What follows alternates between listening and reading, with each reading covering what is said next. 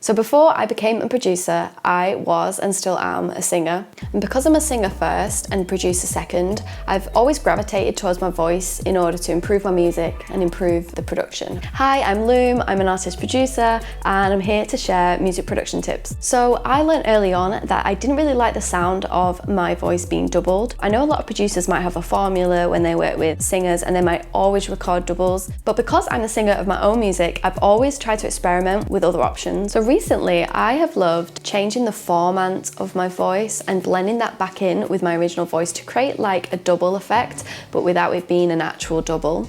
Now the formant isn't pitch shifting, it's actually just shifting the tone of the vocal darker or older, and then back up would be chipmunk territory. So for this we're going to use Little Altar Boy by Soundtoys, but there are loads of other plugins you can try with this. So this is a track of mine called Swimmer. It's quite formed, but still lots more to do, it's not finished. Let's listen to a little bit of this section. I can wrap my head around it, I can move the breath around it.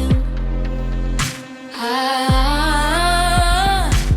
can wrap my head around it, I can move the breath around it. Cause it's been close to keeping me submerged, always defeating me.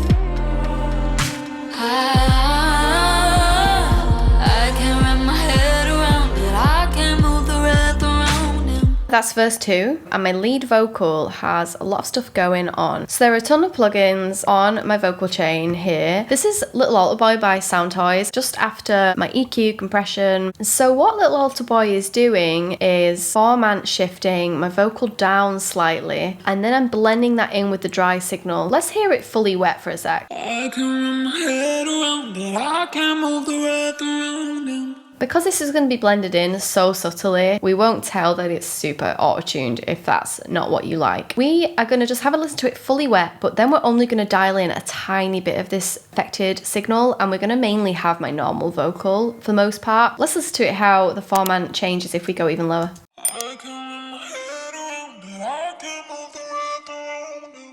And let me show you how I'm blending it in with my normal vocal. I can wrap my head around it, I can move the breath around him. Obviously you could turn the mix up a little bit more as well and have a bit more of a really doubled effect.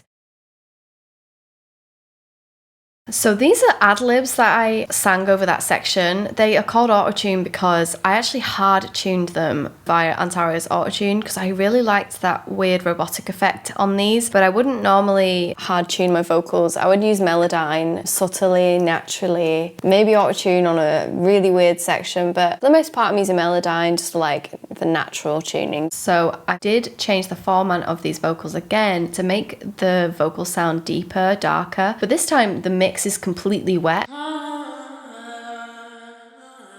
I think the lower formant gives this moody, darker effect, and it gets out of the way of the really bright lead vocal. Let's turn Little Altar Boy on and off.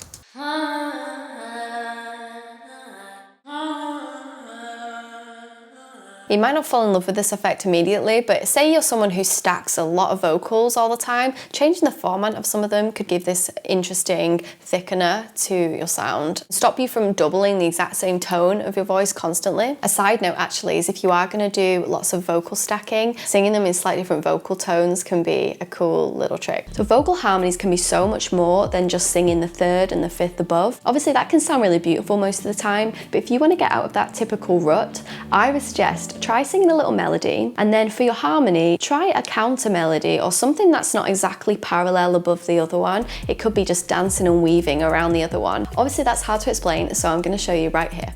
So here are 3 backing vocals I sang with this idea in mind that sits in a gap between my lead vocal. First of all, we've got this melody. I actually then just sing the octave lower to that. So instead of trying to find a third or a fifth above that harmony, we've got I just find this melody that's and listen to how that sounds. And here's where that sits in the song. I can wrap my head around it, I can move the breath around it. Cause it's been close to keeping me submerged, always defeating me.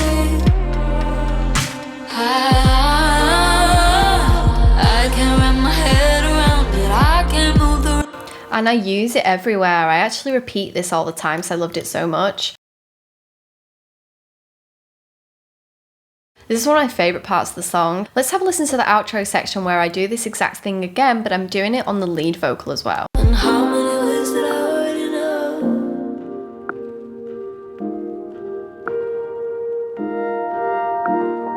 How many ways that I already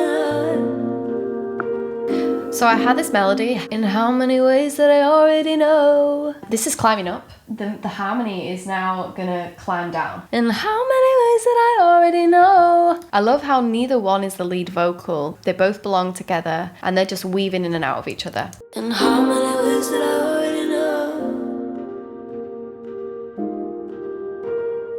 So instead of using a typical riser in our music to get into a new section, it can be nice to try and make your own, which would definitely add a unique character to your sounds. And for this, we could use our voice. Let me show you here. So to create this riser, let's just sing in a random note on the mic for a sec.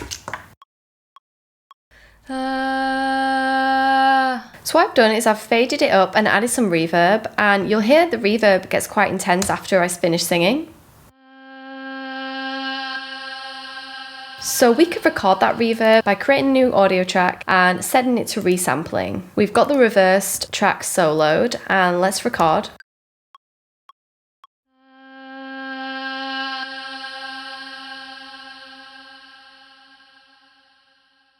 And then you could just take the reverb, so get rid of that bit, and then reverse, creating this kind of effect.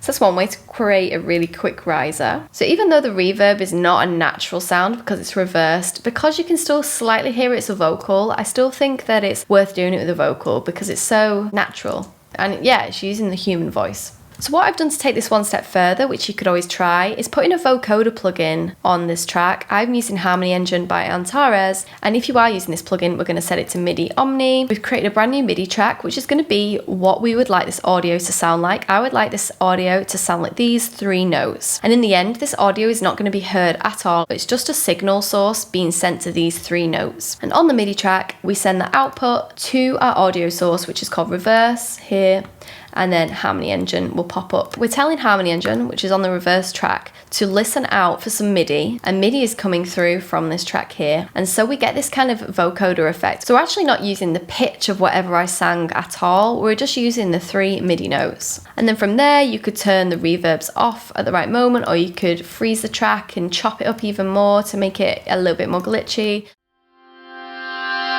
And this is one I made earlier. And then let's have a listen in context. Just a little rise into a new section. Hi Nala, hi. The next tip is just a quick one, and it's to not forget the power of singing in octaves. Sometimes they don't work, but I always at least try and see if I can sing either an octave higher or an octave lower than the part. So even on these backing vocals here, and even on the lead vocal, I can wrap my head around it, I can move the breath and then with the around octave it. higher as well. I can wrap my head around it, I can move the breath around So nice to it. find your own style if you are the singer of your own music, and this is definitely very me. I love octaves, and in the mix, this is what that sounds like. I can wrap my head around it, I can move the breath around it. Say the octave higher is too high to sing, you could put a pitch shifting plugin on your master.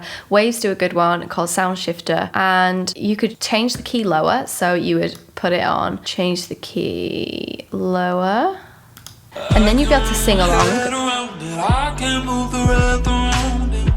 But obviously then when you go back to the original key, you will have sung it in the wrong key. So then you could move Sound Shifter over to your track. And then if you've gone -3, you would then go +3. And obviously it will sound a tiny bit different, but with it all blended in, it's gonna be fine. So obviously harmonies can be super colorful and copy the lead, or they can have the life of their own. But my favorite harmony that I always like to add, it sounds so boring, but it's so nice. I find a note that works across all the chords and I sustain a note constantly. What that does is as we move through the chords, my one note becomes extensions for the chords. It could be a 7th, it could be a 9. So even though that one note sounds boring, it does become a bit of an anchor for the chord progression. I hope that makes sense. I'm going to show you exactly what I mean now. So let me show you here. I've got verse 1 and I'm going to play it to you. Clouds forming all the time, spills through the hallway blinds. I've been treading water on the tiles.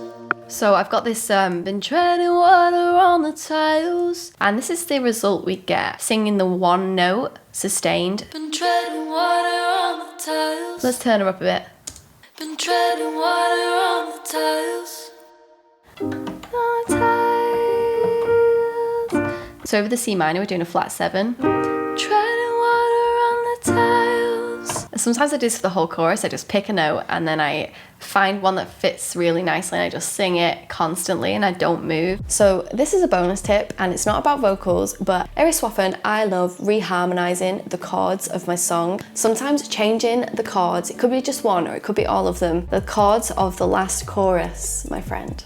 Because we've heard the chorus maybe twice by now and we want something different, but we don't want it too different, but we want it different. And that's why a lot of vocalists ad-lib and things like that. But from a music arrangement, production perspective, we might want to consider reharmonizing the chorus and putting a few different bass notes down there. Or we could re-scramble the chords to a slightly different order. But reharmonizing your chorus or your last chorus can be just such a nice, effective way to add some freshness into your music. Water so deep, but I'm a swimmer, swimmer. It's water so deep, but I'm a swimmer, swimmer. Shores by the sea, but I'm a swimmer, swimmer. So those are my 5 tips on how to improve your vocal production. If you found this video helpful, I have another video which is called 5 easy drum tricks you should try. Subscribe if you want to see more like this and I will see you in the next one.